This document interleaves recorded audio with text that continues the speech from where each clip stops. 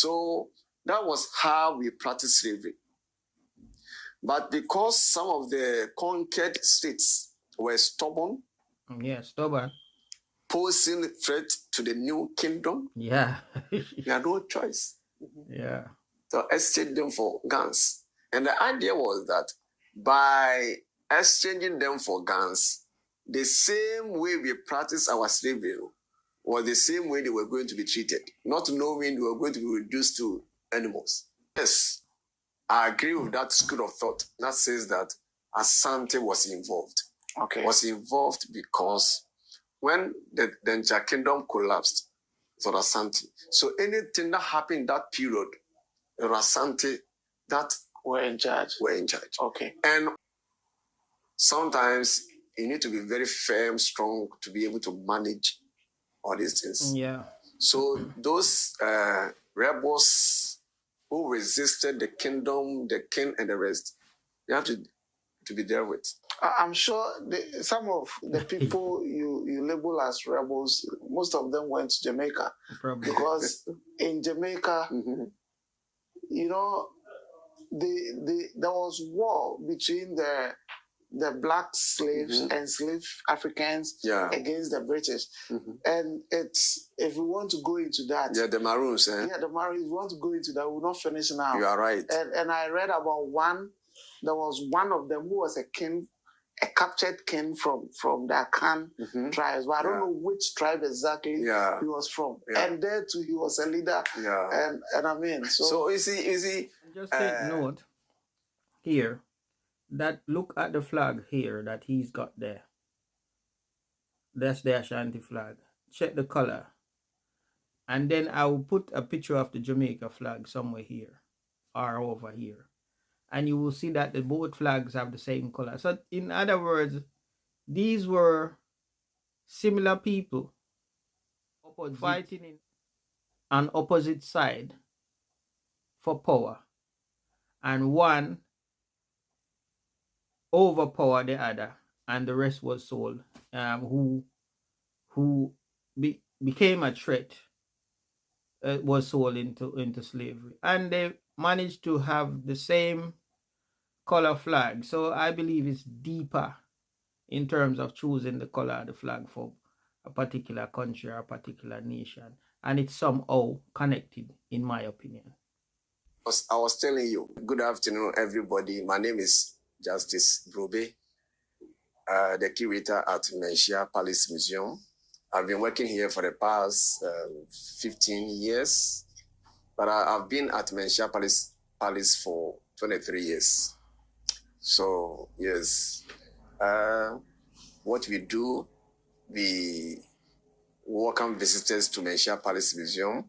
Menchia Palace Museum is a place where you come, you listen, you see artifacts relating to the history, the culture, the tradition of Asante people. So if you want an authentic history of Asante, it's better you come to Menchia Palace Museum. Wow. It's open to the public 7 days a week, Monday to Sunday, between 9 a.m. and 5 p.m.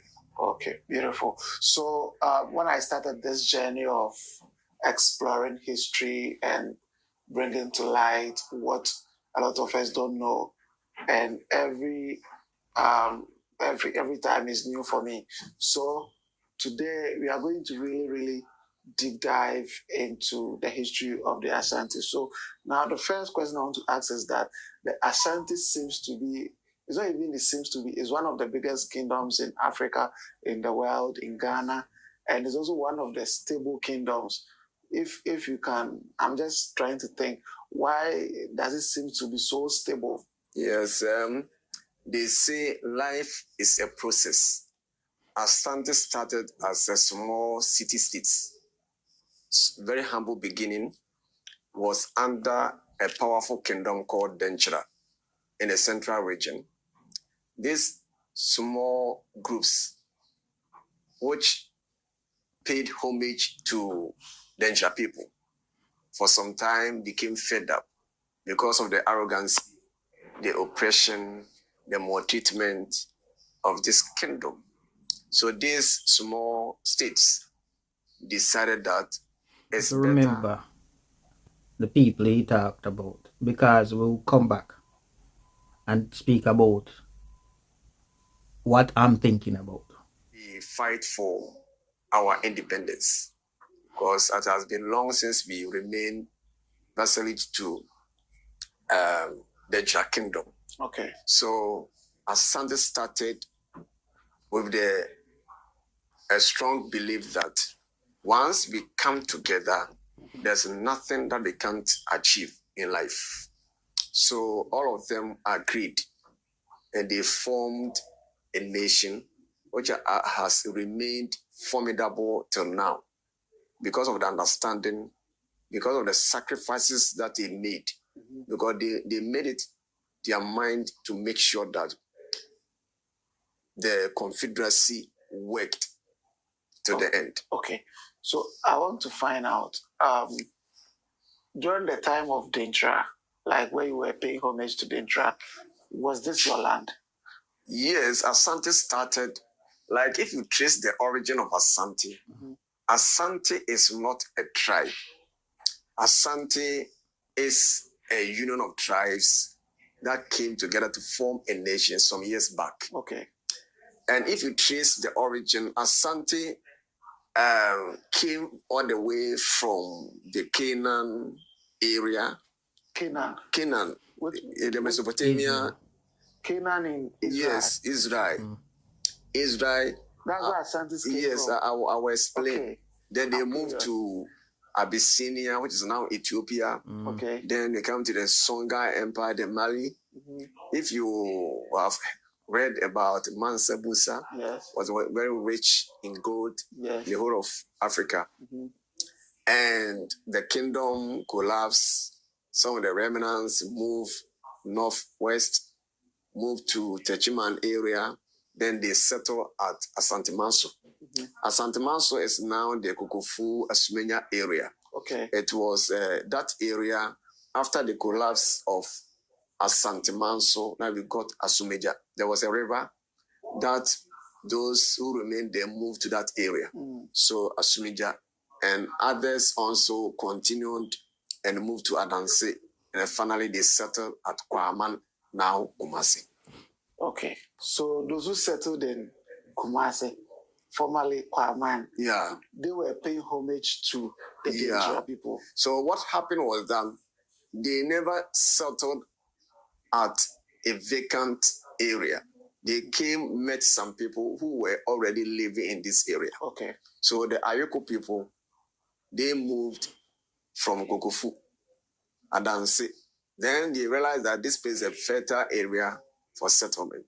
Okay. So the Ayoko people, were they also Asantes? There are Ayoko, initially the Ayoko people who formed Asante. Then later on other tribes also joined. Okay.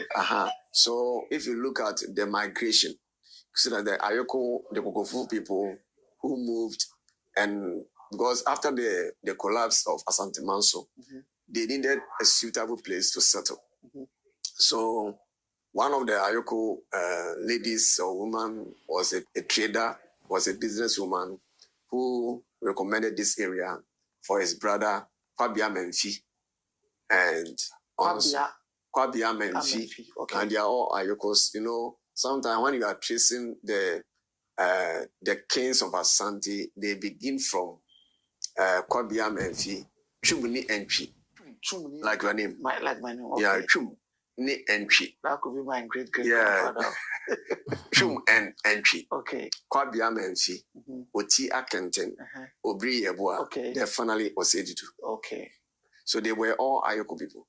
So when they settled at this place, because this place was ruled by the DENKYIRA people, automatically they have become part of the kingdom. Okay. So he had no choice but to pay homage to DENKYIRA. To the DENKYIRA people. So, I now understand. No, I just was... Yeah, they continued life and started building alliances with those who were already here. Okay. So they realized that the oppression, the maltreatment, and the arrogancy of DENKYIRA was too much for them.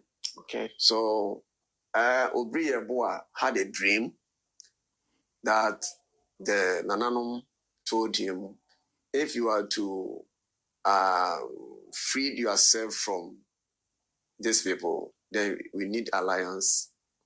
You have to work with others. And he was able to win the heart of those who were here. And so they started a loose confederacy. Okay, so which people were here? We have other tribes, the clans, Aduana people. You see, Aduana people, there was one, today's Doma people. Doma. Okay. Doma people were also at the Asante Manso. So when Asante Manso collapsed, they moved to here. There was a place called Asantes. So when Obri Yeboah and his men came here, there was this skirmishes between them and Ayoko. So war erupted, and they fought and they drove the Doma people to Abisim, to Wampem, and then they settled at Doma Inko. That is why sometimes the Doma people will say they are Aduana PSA. They are the first Aduana people. Because over there, if you look at the Aduana, they are from Akwamu. Okay. They also settled at Asante Manso, and some of them came to Central. So the Ayoko people engaged them with war, and they moved finally to now Doma people. Okay. We had the Central, so we have other towns like Tafo was here, Tafo, Bukrum, industrial area, other places that the Ayoko people came to meet. Okay. So it wasn't like it was a fallow place, a virgin place. No, people had already settled before the Ayoko people came. Okay. So diplomacy, alliances, then they came together to fight for their independence. But Nana Obri Yeboah, in the course of coming together to form a nation, Nana Obri Yeboah passed on. Because Nana Obri Yeboah was chosen as their leader. The loose confederacy as a leader. Okay. So in the process, through this war with the Doma people, Obri Yeboah passed on. So there was the need for another leader to foment or to make the confederacy work. What's that, DENKYIRA? This is where I want you to really listen. Because when you check the story, I'm not saying it don't add up, but there's no smoke without fire. You could pick anybody as a page. You could pick anybody to service his court. So as a result, that one of the Asantes, the Ayoko people, or one person called Osekufi, was picked and was serving the court of DENKYIRA, Intim Jagre's court. Okay. For before Intim Jagre. So it was there that something happened that Osetutu had to run away from the court and settle at Akwamu. What happened at the court? At the court, some say there was like immorality, something, but it has to be authenticated. Like Osetutu had impregnated the daughter or the niece of the king. Okay. So it was sacrilegious for somebody to do that. Okay. So he had to move out. Over there too, he also met the famous Okonfanoche. Okonfanoche Was a principal's priest to the king, so they became friends. And there was a sacrifice that needed to be made during their time, and they needed an albino to be sacrificed. And because Okonfanoche's mother was an albino, and fearing that the mother would be killed, he had to run away. Of course, I learned the mother was sacrificed and was not pleased with what happened. And he also had to flip back to where he came from, that is Akwamu. Okay. So, Ansasa Sreku, who was the Akwamu Hine, provided a cover for Osetutu. So, whilst there that they heard that Obri Yeboah has passed on, so they needed somebody with the leadership skills to continue with the confederacy. So, Osetutu and his friend Konfanoche agreed to accompany Osetutu to Kwaman. So when the two came, still the Confederacy was without a leader. Without a leader. And Okompanochi, because of their experiences at the court of DENKYIRA, they worked together to change things. So the advice was that the capital, there was the need to make the Confederacy stronger. So what he did was that he also called a meeting of all the states who formed that loose confederacy. Okay. And also advised them, encouraged them the need to continue the confederacy. So he said that in order to give them the new identity, there was the need to choose a capital, to change the name Kwaman. So the name Kwaman was changed to Kumasi. And they needed a capital, and so they chose Kumasi as the capital. And still, Okompanochi said that was not enough. Right. There was the need for symbol of unity. So this is it. Which will always remind them of the Confederacy. Symbol of unity. Symbol of unity. Okay. So the symbol of unity, nobody had any idea, but Okompanochi said he would talk to the gods. So, and he... Before we go any further, just let your memory go back to the friend, and it will make sense. Asked them that each one should fast for a period for 3 days, Wednesday, Thursday, Friday, and on that day, the gods will speak. So on Friday, what is Friday, he asked all the Confederacy leadership to meet at now Okompanochi Teaching Hospital. It was a thick forest, virgin forest, and they were going to select a leader to lead. But it was not easy because all the constituent states each one of them was independent. How many states were there at that time? At that time, 8. Yeah. 8 states. Yeah. Can you name the 8 states? That's what I'm saying. This was one of them. Tafo was one of them. Sintreso, of course. Okay. And Wokrum. And even Mampong. That time we had Offenso and other states also there. So these are the states that all the Akan states that were paying homage to DENKYIRA. So they all agreed that on Friday we shall all meet at the place to choose a leader. But the condition was that the gods will speak, and whoever that object or the symbol of unity will land on his laps has been chosen as the head of the Confederacy. Okay. And on Friday, everybody was in a state of expectancy. They met, Okompanochi performed, and that object descended and landed on the laps of his friend. His friend. So what object is that? It was the gold stool. Sikejua Kofi. Sikejua Kofi. That's why it's called Sikejua Kofi, because it was on Friday. Good. The argument people putting up is that because Okompanochi and Kofi were friends, there was no way Okompanochi could have given the stool or the leadership to another person. But you will human nature will understand that there will be an argument like that if the two of them was very close friends and all of a sudden the thing drop in your friend lap. I said the corruption that is present in Africa and the rest of the world didn't just start the other day. The corruption between these leaders in terms of many different things started from the 17th, 16th, 17th, 18th century. So let's continue to listen.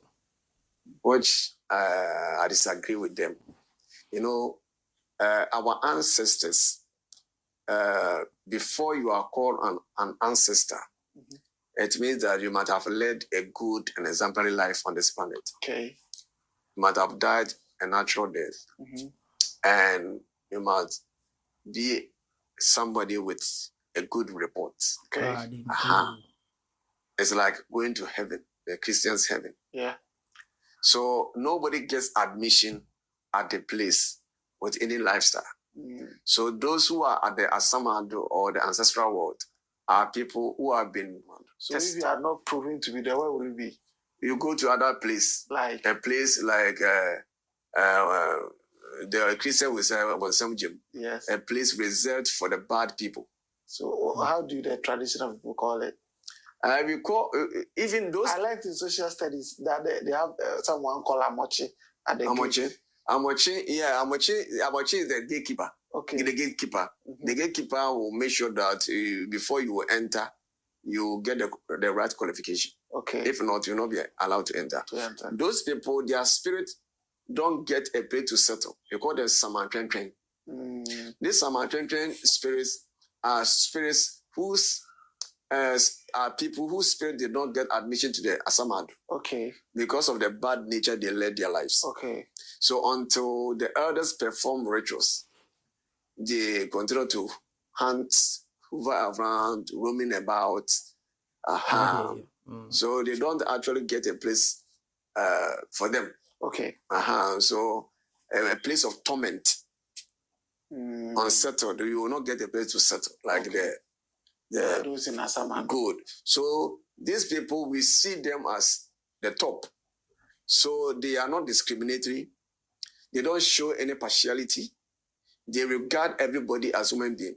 So there was no way Okofanachi, being a human being, could manipulate them to let the stool sit on the lap of his friend. There was no way he could, because Okofanachi never brought the stool. He was just a medium by which the gods use him. Use them, okay. So sometimes he portray. But you will understand that not all will believe what was happening because they were friends. So people will rightly so have some doubts. As the one who brought it. No, it was just a medium that the gods brought the goods to. Okay. So they could not manipulate. He could not manipulate the gods. Okay. So what year was that? The year was 1695. 1695. 1695. That was when the 1695. During all this time, they were still under DENKYIRA. Okay. So this 1695 was when they chose a leader. So the understanding was that whoever was privileged to get that object on a slab, all the other chiefs will swear the oath of office, allegiance to him. From today going, you are our leader. So that was the understanding. Okay. So when that happened, all of them voluntarily swore the oath of allegiance to Asanti. Okay. So that's when we had the first Asanti. Asanti in 1695. Okay. So by the name of the first Asanti Osei Tutu. They use his own name. Okay. That is his name, Osei Tutu. Okay. So Osei Tutu Opemso, that is the seat on the gold. Osei Tutu.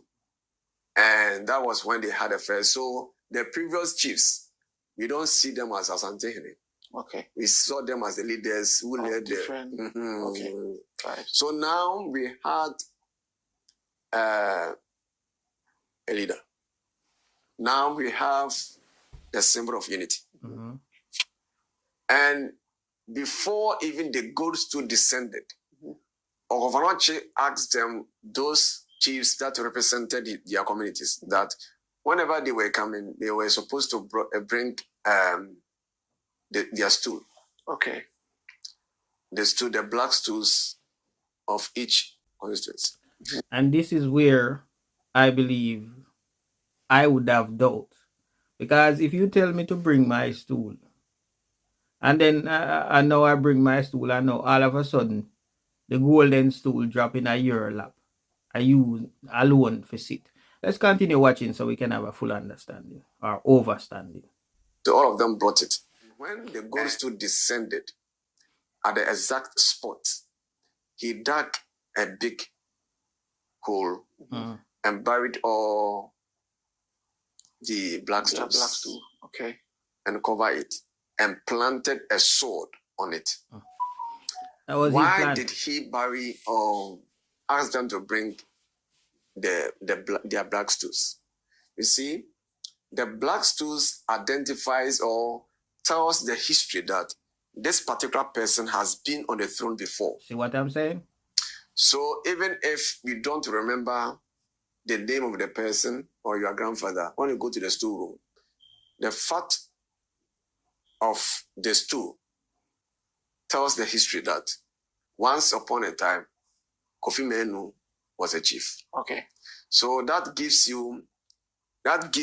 the family the audacity to claim that stool. Okay. See. So without the black stool, there's no way you can say my great-grandfather has been on the throne before. What shows? And that's what I'm saying, that there is not all that is meeting there that would agree for you to bury their history, because at some point they would want to, they've been chiefs and kings of their community, they would want to lead in future. So let's continue. So in order to avoid Future succession challenges, so that nobody will say that, oh, we were also once or two. So they buried all of them. So nobody has any history. Okay. That is the beginning of Asanti.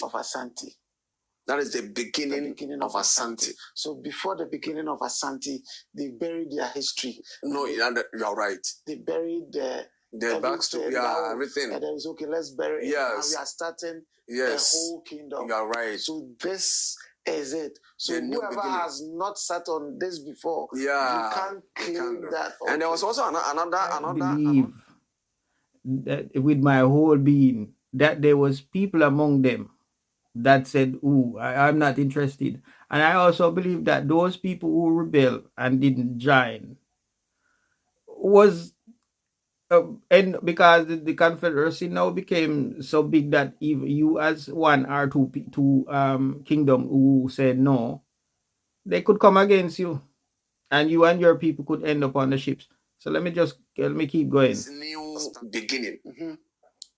We are in the future when the seat of the king becomes vacant. The succession will come from the Oyoko family. The Oyoko family. The Oyoko family in Kumasi. Okay. Now you see. Not the Oyoko family in Koforidua. No, the Oyoko family in no, even though they are from Okokufu. Okay. But when the seat of Asante becomes vacant, Kokofu cannot contest. Okay. We are talking of those in Kumasi. Okay. So that was another condition. Okay. That is why when the seat of Asante becomes vacant, even though it was formed by different, the Ayoko, the Bretio, the Asuna, the Asechiri, the Rat, whatever, nobody from Asechi family or Ayoko family, Bretio family can contest. Okay. Because that was the understanding. Okay. And they all agreed. Right. So that's what I was coming to before you get to it. I could see that there was a problem with the plan, and people who is thinking could also see that this could be a conspiracy to take our history away and we become no more. So let's continue watching. Yeah, what I agree with it.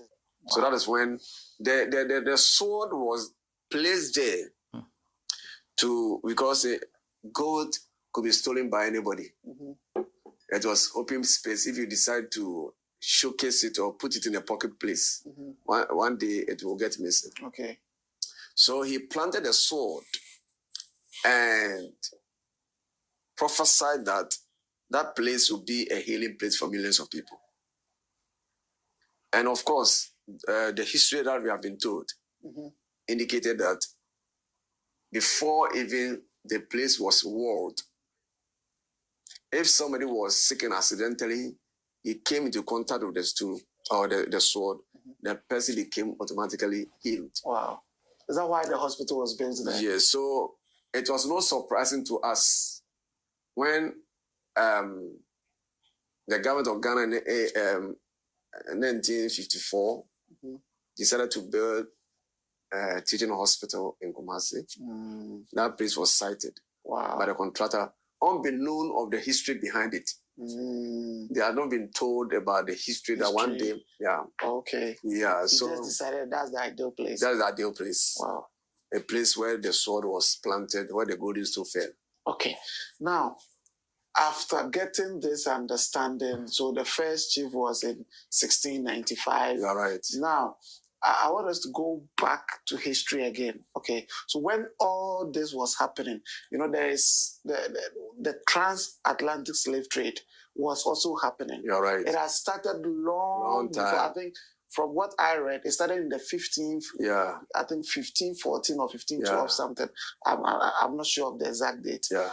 So the slave trade has started about a century before the formation of the Ashanti Kingdom. You're right. So now I want to ask, what role did the Ashanti Kingdom play in this business? Yes, in this business, because right now, when the gold stool decided, I prefer calling the gold stool. Okay. Not the golden. It's not everything golden is gold. So the next thing to do was to fight for their independence. Mm-hmm. So that was the main reason they came together to free themselves from the domination of the Denkyira people. Mm-hmm. So they used about 4 years to prepare for the war. Mm-hmm. And finally, Asante. So this 4 years was Denkyira Wae that Asantes were. Yeah, so even when they heard of the Golden Stool, they demanded for it. So they came, the Denkyira Team Jakari brought messengers to demand for it. Not only that, he asked that Asante should fill the brass pan that he has brought with gold. And that even the wives, the favorite wives of the king should be brought to him, and he should remove the finger nails and add them and bring them back. In Asante, no deformed person is allowed to occupy the seat. Mm. So once you are deformed, automatically he was destooling all the Asante chiefs. And the favorite wife, nobody is prepared to do that. As for the gold, there was no problem because the gold was in abundance. Okay. They could have done that. So what Asante did was that the messengers were arrested, beaten, some of them killed, and they filled the brass pan with stones to the king, telling them they were ready to fight. So finally they fought at Feyase, and Asante defeated them in 1701. Okay. So that was when we had Asante Kingdom. Kingdom independent. So now, once Asante had been established, it means that all the vassal states that formerly owe allegiance to the Denkyira are now become part of Asante. So Asante became big. So the business that was taking place at the Denkyira, and the capital is here. Okay. So those who were selling slaves at the Denkyira, you have to come here. You have to come here. You see, nobody knew how they got their slaves from. Okay, so I know how some of them got their slaves because I've followed this route for a long time. So if you go to Pikoro, they were Samari, Ture, Magal, and one guy. Good. They were the slave raiders in the Burkina Faso, that enclave. And then they were raiding slaves, camped them at Pikoro, and then marched them through the Asante region to what do you call it? To Asen Manso and thereabout. Then when you get to Salaga were, I think, this is our history that I have learned. So Salaga was by, I think the Hausas and the Zambrambes, they were the main slave raiders in that area, enslaving Africans, their brothers, and then selling them. So that is what I heard from that side, right? From that side. But I don't know what happened here. One of the things that I also learned from here is that prisoners of war, and people that they didn't want to conform to society, they were all sold for slavery because initially they say or they will kill you and those things. They say that is waste. So to waste their life, let's sell it. So I don't know what I'm about to expect from here. So this is what I know for now. Slave trading was ongoing before Asante came into being. Yes. Understood. We can't dispute that. And we can also dispute the fact that Asante was also involved. Okay. That one, there's no, we can't dispute that. Okay. But like I was telling you, the market was at a place. It's like Salaga. No. DENKYIRA, their capital was I've forgotten the place at Dunkwanofe. They have a name for it. Okay. So that was a place, that was the biggest, wherever from Salaga or whatever, that is the place that they collect the dues, the taxes and everything. Now, DENKYIRA is collapsed. So now the focus is shifted to Asante. Even it came to the time that even the product that we were selling, if it's Asante was not connected, they will not buy. They will say Asante more. How many times? When did Asante start growing rice? Because Asante became so powerful to the extent that it attracted the attention of the foreigners. And at that time, slave trading was at its peak. So the colonizers or the masters will bribe the conscience of the local people to foment trouble so that through that they will arrest and sell them. And because now Asante has become the center, nobody traveled to Saraga without passing here. So now you have no choice but to bring your goods here and sell. So someone that we are talking about from this the French area, they were also doing their own thing. It's like when Nana Mampohene is late. In those times, if it had been those times, they know they would need human beings to accompany him. So as soon as there is announced, they will see bad people involving themselves in it. They also need to do their own thing. So it's not because they are doing it for Mampo, it's barrier, but because their own private thing. Because Mampo is dead, they want to get involved so that we get our own thing. So that was how it was. So Asante never sanctioned that this.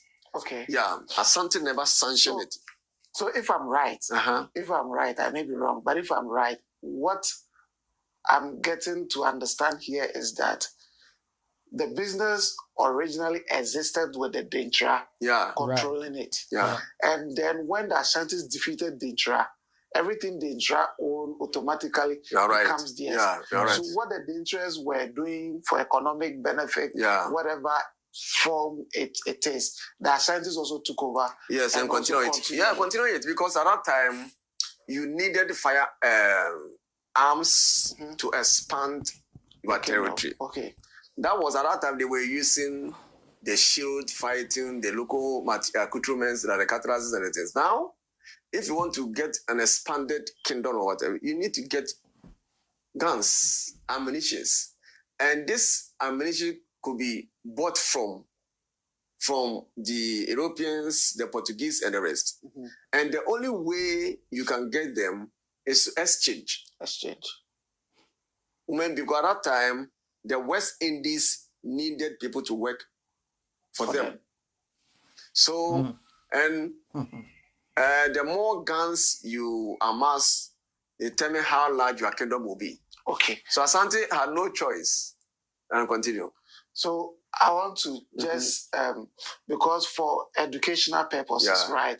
When I started this journey, I mean, I've had attacks, or sometimes people attack other people because of the perspective of my storytelling. Like, I wouldn't say what I don't know or maybe assume. So one of the things that is lingering around that I think for history and posterity needs to be clarified a bit for people to understand. One of the things that is now moving around is that, number one, they said the Asantes were never part of the slave trade. You see, I'm not trying to, like, maybe blame or something, just for educational purposes again. So number one, people say Asantes were not part of the slave trade. Number two, even if what they were doing then, others say that they just buy the slaves and integrate them into their family. They were never selling the slaves or never indulged in slave trade. I don't know your perspective about that. Yeah. You've been in the palace for about 20 years. Yeah. You've been exposed to history that Yeah. a lot of people don't know. So I think this is the best time to educate everybody. Yeah. I wouldn't say Asante was not involved in the slave trade. I wouldn't say. The fact that it's like even our present government, corruption. The president himself might not be corrupt, but because his officers are corrupt, the generalized the NDC government is corrupt. Okay. Good, because Asante was at the realm of affairs. So any bad thing that happened, they link it to Asante. There was some bad people who had been bribed by their colonizers. So before Ashanti took over, DENKYIRA was the one doing the trade. That's what I'm getting from this. So they were selling anybody that is not DENKYIRA. Once Asanti took over, I believe Asanti took over the trade as well. So they were selling everyone that is not Ashanti. So there's a lot of people from different tribe and different culture that end up, that get caught up in this tug and war between these two the power struggle of these two nation or tribe or culture. So one is not better than the other, or one is not worse than the other. The two of them is the same in terms of their participation in the slave trade, in my opinion. When the was defeated, that was not it. Then had his own, and then had his own allies who were also opposing Asante. Okay. You see, that is why in those times, if somebody is disturbed, the person was excommunicated, driven from the place, because he had his own followers who might also work against the new chief or king. Okay. So the person either was killed or excommunicated. Yeah. So that was how Asante found themselves in. Then there are allies that are now, they are part of Asante. The same allies worked against Asante. So now they will do everything possible to discredit the kingdom of Asante. Okay. So, yes, so those people, when they saw that... they saw the opportunity. They took it. To dispose them. That's how I see it. Okay. Because if I see... Because Asante had a system of slave trading. In those times, we practice slavery, but at a different way. Yeah, because what happened now, those that is opposed to your rule, by selling them into slavery, you don't have that problem to worry about anymore. So, and instead of killing them, you could kill them, yes, but you won't get anything. So in other words, it's a win-win for these poor struggle and power hungry kingdoms. No, that slavery, it was before the slave trade. There was slavery in Africa. Yeah. But the slavery we had was not the one we brutalized.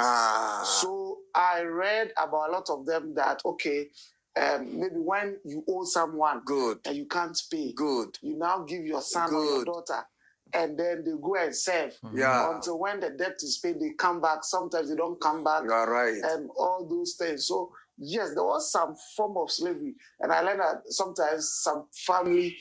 It could be called, what he's explaining, it could be called slavery, but there's a name for it, and I heard a historian, a British historian, I forget his name, Rasta guy. It is called debt peonage. It's completely different from this transatlantic slavery, and you get to go back home after the debt is paid, and you didn't lose your culture, and you didn't lose your name. The man has died, so they are only left with women. Yeah. So they will go and buy a male slave who is a man to come and continue. Before you continue, there is this proverb or adage in Asante. You say Asante Nkai. Asante Nkai. Okay. Asante don't remember the origin of anyone. Okay. But Asante appreciate the contribution of that person to the sustenance of the kingdom. Okay. like you were saying, it came to the time because of wars. We lost most of the men. And the women are the perpetuators of the family. So they will need somebody. So right now, somebody from the north could be integrated into their family. They give birth. So if you try to trace the origin of every person in Asante, you end up even tracing the origin of Asante. Okay. So because of that, we say Asante guy. Okay. You may be a Dagati, you may be Fantini, you may be Zamramani, or the rest. We don't care your origin. Your contribution is more important than where you are from. Than where you are from. Okay. So that was how we practiced slavery. But because some of the conquered states were stubborn, posing threat to the new kingdom, we had no choice. To exchange them for guns. And the idea was that by exchanging them for guns, the same way we practiced our slavery was the same way they were going to be treated, not knowing they were going to be reduced to animals. So that was how it is. They probably didn't know. And the fact that Asante was at that peak and all trading activities centered on Kumasi, automatically, if somebody was doing his private work, they would say it's Asante. You see, it was an Asante. Yeah. Like the president did the government. Yes. That is how it is. So, personally, I've also read some books. I did history, West African history in the first degree. And I know the slave trading in all the kingdoms. Nobody can absolve himself from this work. So, yes, I agree with that school of thought that says that Asante was involved. Okay. Was involved because when the Denkyira kingdom collapsed, it was Asante. So anything that happened in that period, it was Asante that were in charge. Okay. And also, another thing that we have to bear in mind is, you see, if you look at the largeness of Asante's kingdom, that goes to the north, and to the coastal area, to Accra and the rest. Sometimes you need to be very firm, strong to be able to manage all these things. Yeah. So those rebels who resisted the kingdom, the king, and the rest, they have to be dealt with. I'm sure some of the people you label as rebels, most of them went to Jamaica. Probably. Because in Jamaica, you know, there was war between the black slaves and slave Africans against the British. And it's, if we want to go into that. Yeah, the Maroons. Yeah, the Maroons, if we want to go into that, we'll not finish now. You are right. And I read about there was one of them who was a king, a captured king from the Akan tribes. But I don't know which tribe exactly he was from. And there too, he was a leader. And I mean, so you see, and just take note here that look at the flag here that he's got there. That's the Ashanti flag. Check the color. And then I will put a picture of the Jamaica flag somewhere here or over here. And you will see that both flags have the same color. So in other words, these were similar people fighting in opposite side for power. And one overpowered the other, and the rest was sold. Who became a threat, was sold into slavery, and they managed to have the same color flag. So I believe it's deeper in terms of choosing the color of the flag for a particular country or a particular nation, and it's somehow connected, in my opinion. I was telling you to the time, if your goods was not branded as Asante, nobody will patronize. Okay. Asante Mo, Asante Kwedu. Asante Kwedu. Asante Kwedu. Hey. Even the product is from the north. But to make people... Why is it that people were afraid to patronize other products? Yes, because at that time, the DENKYIRA was the... If you don't associate, like, you have to prove to the new kingdom that now you are part of it. You are part of them. Part of them. Okay. So you can't treat anything. And Asante was very accommodating. Asante treated everybody equal, provided you are obeying the rules and the regulations. That is why it came to the time, even the Zamramens and the Dagombe, they were serving the court of Asante. You see? Yeah. How come when there's a war, an issue in the north, is Asante? Let's sort it out. Double. Now Boko. Asante. Because when you come to Kumasi, the capital of the kingdom, we have all the tribes, other clans, other people settled at Kumasi. And their leadership is recognized by Asante. Which region in Ghana can we get Moshi Zongo, Zabu Zongo, and all the other Zongos, other regions? You never get it anyway. Okay. Look at those around here, Aswans.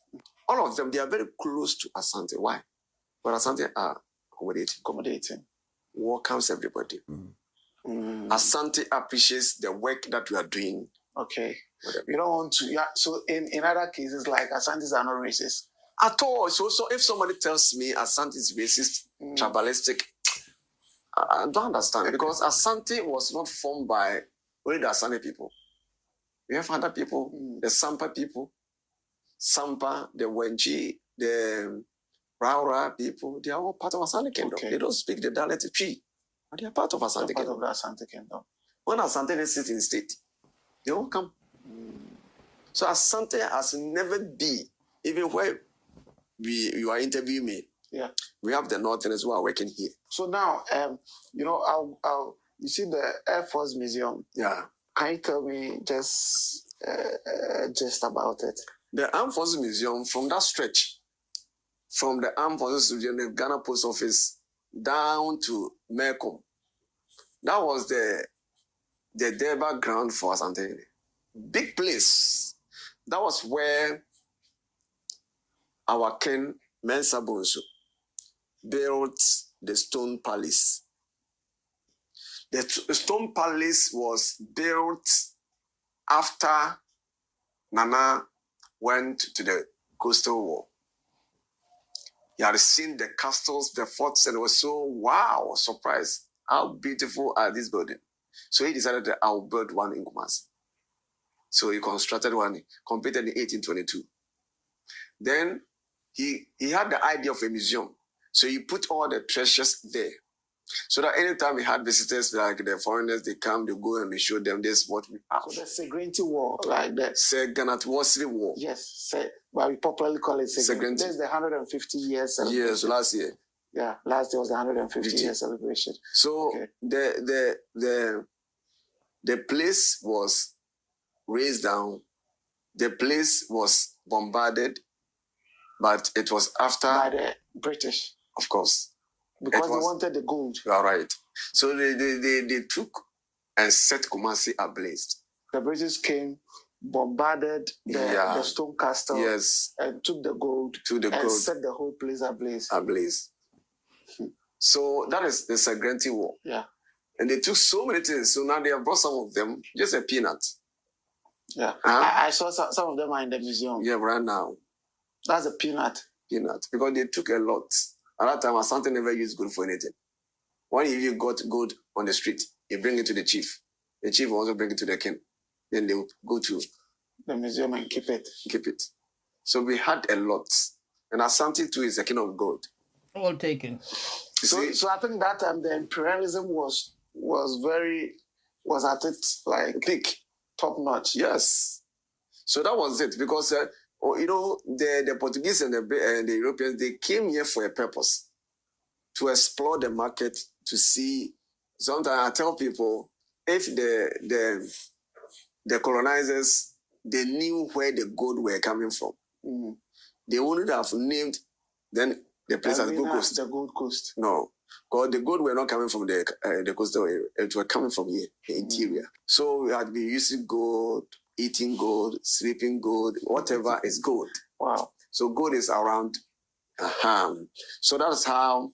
So at that place, that was reconstructed and turned into a palace. And it was at that palace that the British captured, rebuilt it. That was their administration.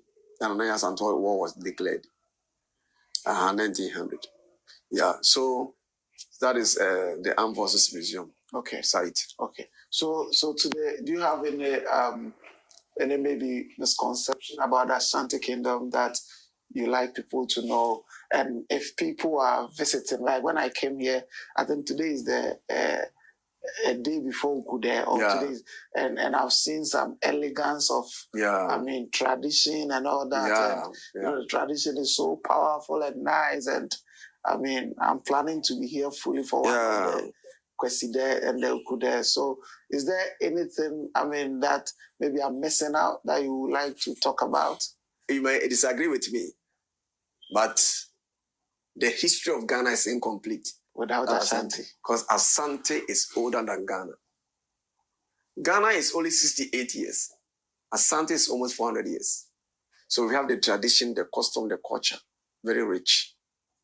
We have organized system of governance, our justice system. And apart from the festival that we celebrate to bring us together for reunion and to remind ourselves of the visit or the descending of the golden stool, the festival is celebrated every 42 days. To the Asante, every 42 days represent 1 month. That we have a festival called Akwasidai, falls on Sunday, that we celebrate. The Akwasidai is in 2 parts: behind the scene and what you normally see in public. The behind the scene on the day, even before the day, a day before Akwasidai is Dapa. And a day before Aukude is also Dapa. Dapa is a solemn day, sacred day that we don't go anywhere. That is when we used to prepare for the following day. You go to the Nkunyafie, so the storehouse to prepare the place. So the king goes to the Nkunyafie, goes to the Baimu, the mausoleum, where, you see, when the king passes, the body or the remains are not buried. The remains are embalmed. I didn't know that. So since the first Asante, we still have the bodies, they remain there. So I consider that the body has been embalmed is still there. Still there. Osei-Tutu. Since Osei-Tutu, who died in 1717. 1717. Yeah. The body is still there. It's still there. Wow. So the Akwasidai is a solemn day. Akwasidai is a day that we celebrate to observe the departing of our heroes, our heroines. What we have done, telling everybody that one day we shall also join them. But the kind of life you live determines whether you go there or not. Or actually, everybody will go there one day. Yeah. So it's just to remind us that life has its own end. So you like the way we celebrate the festival. Somebody you have never met for years or days or months, you go, you see. And also economically, you portray our kente, our DENKYIRA, and everything. So Menchia is always full of activity. Apart from the festival, we also have days set aside that the king sit in state to adjudicate cases. That is the principal work of the king. He sits in state on Mondays and Thursdays. Every Monday and Thursday. Monday for Kumasi affair, Thursday for Asanteman, and sometimes even today is Asanteman. Today the king sat, and all the paramounts met today. You see, sometimes it depends.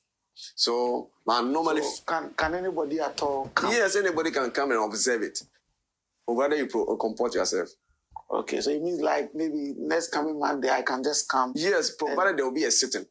Okay. And there will be a sitting. If there's a sitting, you can come and observe. Come with your black. You have to wear black. Black. So that tie is black. To observe. Why black? You see, anytime Asante is in black, either somebody is dead, we are remembering the dead, or there's a chieftaincy issue. Somebody is dead, and somebody is claiming ownership or the stool as his. So we are in red. You see, because it's through somebody's death. That is why we are contesting for the seat. So always we use black. Black signifies mourning, in a state of mourning. That is how. So only black attire that we wear at the sitting. So apart from the festival, we also have the days that I can, sit in state, and you will love the way they can settle cases. You love it. That's the beauty of our democracy, the beauty of our justice system here. The king sits in state with council members around. Before the king pronounces his judgment, sometimes he will set up a committee to investigate an issue, and they will bring the report. After reading the report, the king realized that no, as for this report at the end, I don't think it went well. So I will sit on it. Sometimes the king, after the report, the king will say, okay, let me add my voice to it. You love it. You see, so that is the beauty. Sometimes you see some lawyers disguising themselves, listening to how Asante settles cases, no matter the case. And when he settles the case, it's fun. You can't take it to any place to be overturned. No. So you can't take it to court. At all. No court can overturn the decision of the king. No court in Ghana. No one. Wow. Because what I'm not saying because the king is powerful. I'm saying that before the king pronounces his judgment, he exhausts all the other avenues. He makes sure proper investigation has been conducted. Mm-hmm. He makes sure that even the one who is pronounced guilty is okay. He has exhausted all the avenues. Sometimes before even the king pronounces his judgment, you ask them, are you okay with the report? Are you okay with the proceedings? You say yes. That is why when the guilty is pronounced, he comes thanking the king. Thank you for your time sitting on this case. That is how it is. Wow. That makes it beautiful. The way he does it, you love it. And he's not discriminatory because he's the father of all the Asante people. So whatever judgments that he gives, he makes sure that everybody is satisfied. Everybody is giving justice. That's what the king does. Wow. So the next time you are coming to Kumasi, you are attending a funeral. Yeah. Make sure you plan your visit to coincide with Akwasidai. Okay. Or Ukudai. Yeah, well, thanks for staying till the end. Thank you so much for watching. If you want to see this video in its full form, I will put a link in the description box so that you can go and watch it in its full form. And please comment so that I can know if you like videos like this, and I'll keep making videos like this. And thank you for making it 3,000 subscribers. Thanks to all my supporters. Thanks to all my subscribers. And today is the day I am calling myself a YouTuber. The reason is today I became fully monetized. So I will begin the process of application and things like that and keep you up to date. Thanks again and have a wonderful day. Into the thing. People are not subscribed. Please subscribe.